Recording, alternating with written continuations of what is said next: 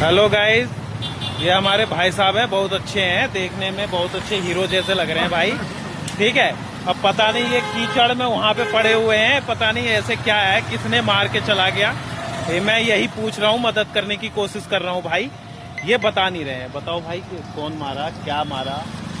भैया मैं संगम बिहार। हाँ, संगम बिहार। हाँ हाँ, वेरी गुड।